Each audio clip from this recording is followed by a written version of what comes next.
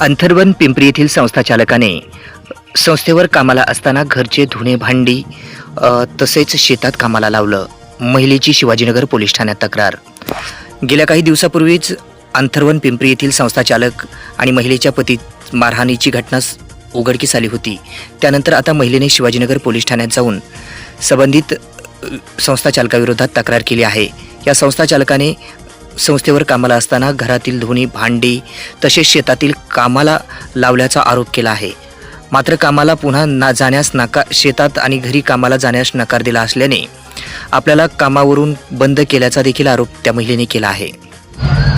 मी शाळेत जात होते रोजच्या प्रमाणे आणि तिथं माझी सही बंद केली. 2 फेब्रुवारीला सही बंद केली. त्यांचं म्हणणं होतं की शेतात जा कामाला खुरपायला आणि घरी या. मी गेले नाही. घरी स्वयंपाकला म्हणजे भाकरी टाकायला या म्हणून सांगत होते. मी गेले नाही आणि ते म्हणतात की तुमच्यामुळे बाया येत नाहीत शाळेत, घरी कामाला बाया येत नाहीत, खुरपायला जात नाहीत, त्याच्यामुळे माझी सही बंद केली. मग मी म्हणले माझी सही बंद का केली? ते हेडमास्तर कडे गेले, माझी सही बंद का केली? ते म्हणले तू घरी जात नाहीत, रानात जात नाहीत, तू रानात गेली की तुझी सही चालू करतो. एखादी विद्यार्थ्यांची राज्य देशभरातल्या जर इतकी गुची झाली असं, त्यांचं जर भविष्य टांगलेलं लागलं असतं तर सरकार इतकं का सांभाळतंय? पण कोण प्रधान आहे का काय, कोण त्यांचा मंत्री येतो का सांभाळलं जातंय हे कळतच नाही आहे. का सरकारला जाणून बुजून लोकांमध्ये उद्रेक निर्माण करायचा आहे? जर आज 20 दिवस झाले त्यांचं उपोषण सुरू आहे आणि त्याची दखलसुद्धा जर केंद्राकडून घेतली जात नसेल, त्यांचं म्हणणंच काय आहे की विद्यार्थ्यांचं नीटमधल्या सगळं वाटोळं झालं आहे आणि याचा केंद्रीय शिक्षण मंत्री याला दोषी आहे. काय हटवायला अडचण आहे?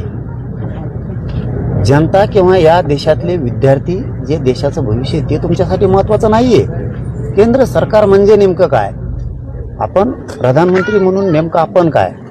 आणि प्रधानमंत्र्यांनी शिक्षण मंत्र्याला का ठावं? जर त्यांनी इतकी मोठी चूकच केली, त्या शिक्षण विभागाचा सगळा बोजवारा उडाला आहे, तर प्रधानमंत्र्यांनी इतकं का ओढून धरावं? उपोषणाला जर 20-20 दिवस झाले तर त्यांची मागणी मान्य करून विद्यार्थ्यांना न्याय देण्याच्या दृष्टिकोनातून त्यांना ताबडतोब बडतर्फ त्या पदावरून राजीनामा देऊन त्याला मुक्त करायला पाहिजे. या खरा ह्योच मूळ प्रश्न आहे की विद्यार्थ्यांनी आत्महत्या केल्या तरी पण सरकार विद्यार्थी सोडून एक जर राजीनामा देशाच्या वतीनं मागितला जात असेल विद्यार्थ्यांच्या वतीनं, तर ते सुद्धा सरकारकडून घेतला जात नाही आहे. मग सरकारसाठी काय महत्त्वाचं आहे ते जनतेनं कळून घेणं खूप गरजेचं आहे.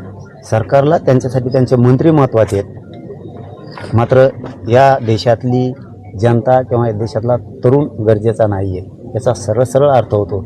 पण प्रधानमंत्र्यांनी याला का सांभाळावं? जर साधी एक मागणी असेल की याला हटवा, तर त्यांनी या जनतेसाठी विद्यार्थ्यांसाठी हटवलंच पाहिजे या मताचे आम्ही.